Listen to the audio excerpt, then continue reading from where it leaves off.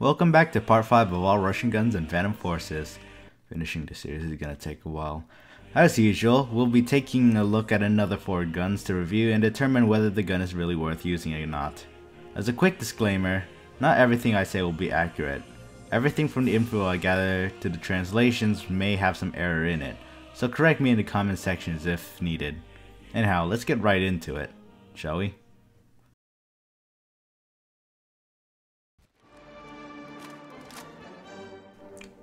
The SR3M Vickers, or Whirlwind, is sometimes considered to be the best carbine in the game after the M4 nerf. In real life, the SR stands for Specjalna Razrabotka, or Special Production. The SR3M is basically an ASVAL without the suppressor and an optional stock. Just like its AR variant, the SR3M uses 9x39mm rounds. Now that a lot of people say that the SR3M is the best carbine in game, and it's not hard to see why. The SR3M has a base damage value of 34, which drops down to 20. So damage is average. What about walk speed? 14 studs per second. Also nothing to look at. Now here's where it really shines. The rate of fire. Just like the ASVAL, it fires at 900 rounds per minute and has a decent reload to complement at 2.2 seconds for a tactical reload and 3 seconds for an empty reload. The SR3M also has a decent recoil control and is said to be very minimal after you put modifications on it. The SR3M has a very fast time to kill because of the 900 rounds per minute, but I really don't go too much into details. Overall, the SR3M is a very solid gun and very easy to use. However, it has one drawback, and that is its mag capacity. It is suboptimal at 20 rounds. When you have 900 rounds per minute while firing it from a 20 round mag, you expect to reload after every engagement. Worst case scenario, you don't have enough ammo and you will have to switch your secondary to deal with the remaining threats. This is why I recommend to use the extended mags attachment, which gives 30 rounds instead of 20, while sacrificing a laser. However, unlike the ASVAL, the barrel attachment is available, so you have the best of a grip and a barrel attachment. Verdict? Use it. While I don't use it too much myself since I'm busy using the M16A3 and the AKM/74, the SR3M is a great carbine to use, and if you really get out of your way to either grind or buy the extended mags, the SR3M will definitely help you out.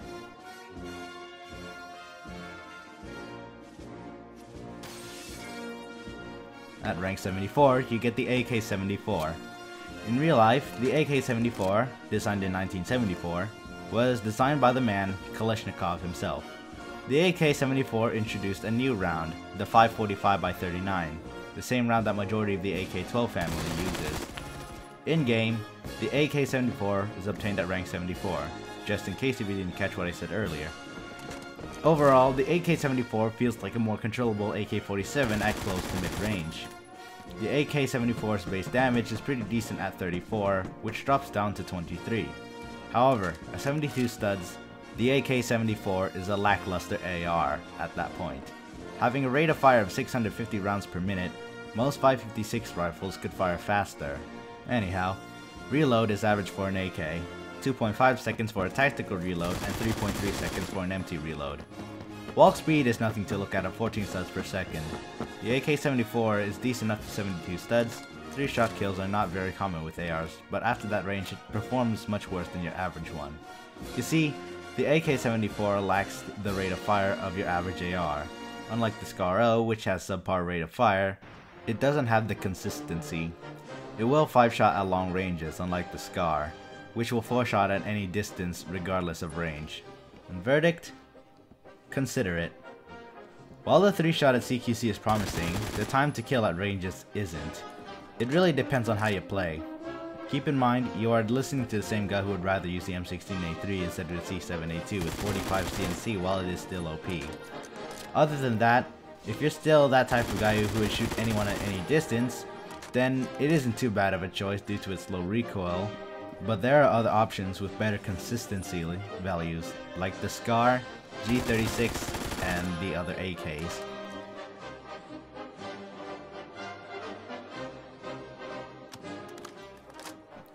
The Groza IV is a bit of a mixed bag. In real life, the Groza IV is a variant of the OTS-14 rifle that's chambered in 9x39. This is manufactured much earlier than the Groza I, ironically. In-game, the Groza IV is an integrally suppressed carbine that you get at rank 79.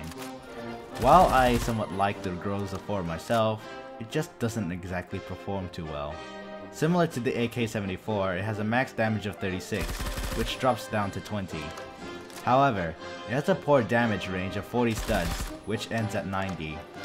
Reload is pretty decent at 2.3 studs for a tactical reload and 3.2 seconds for an empty reload. The Groza IV has an average rate of fire at 700 rounds per minute. Walk speed is usual at 14 studs per second. However, it basically suffers the same thing as the Asval, unable to have a barrel attachment and needs the extended mags attachment in order to be optimal for usage. The Groza IV is practically a worse Asval. I do like the fact that the Groza IV is very controllable, however. Like I said, it performs less than average at ranges. So basically it suffers from the downsides of both the AS-Val and the AK-74. The Groza IV is just not that great of a carbine, and there are better options out there that could perform even better. Even the M4A1 in CQC could do better. Verdict: avoid it. As good as the integrally suppressed part is, it only has a few usages.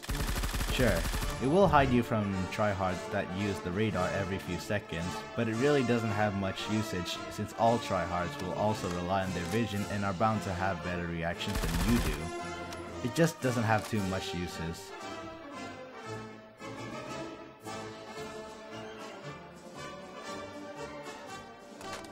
The RPK-74 is just an AK-74 with a heavier barrel and stock. Basically, the RPK-74 was introduced alongside the AK-74 to introduce the new 545x39 cartridge. In-game, the RPK-74 is introduced at rank 88. Although personally, I would like the MP40 to be introduced at... The RPK-74 is fairly balanced LMG that acts more like a souped up AR than an actual LMG. It has a maximum damage of 36, which drops down to 21. Minimum damage is very poor for its class. In fact, that's average AR damage right there. The reload isn't that bad.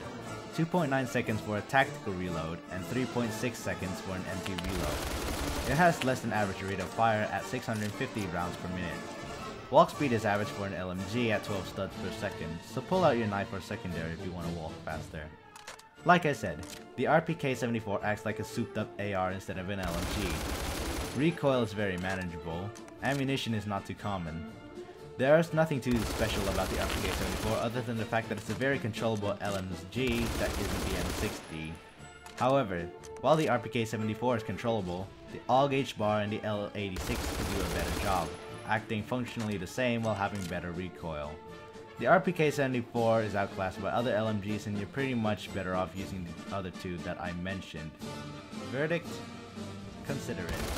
The RPK-74 is fun to use in the right hands, just like every other gun in the game. The RPK-74 takes a bit more skill to use compared to the all-gauge bar, and with its below average performance for an LMG, it's better to treat it as a heavy AR. Even so, there are a lot of other ARs that could fire faster. It's just outclassed compared to every other gun, so using it is up to you.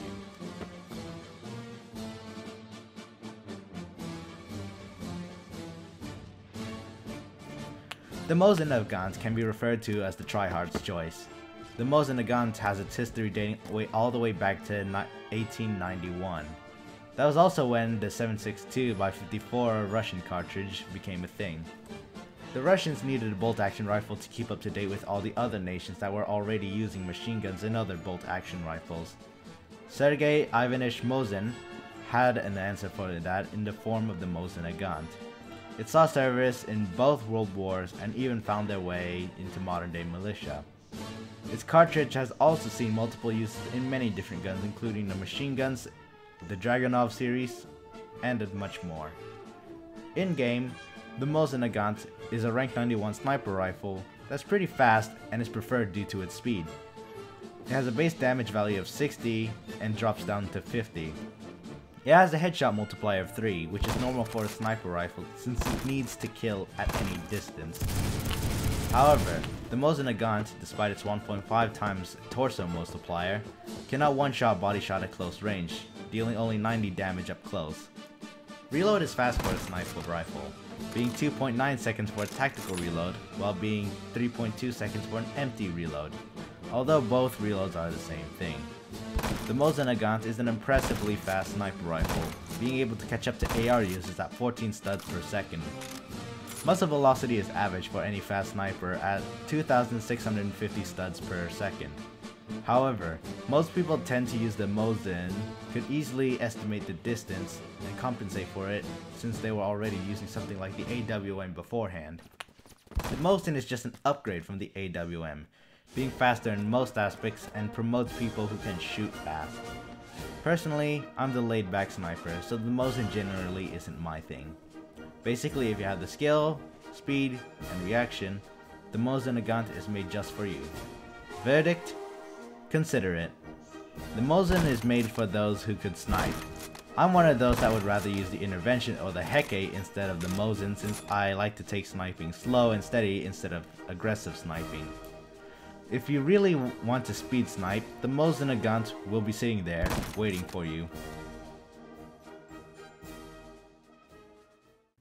And with that, part 5 is completed.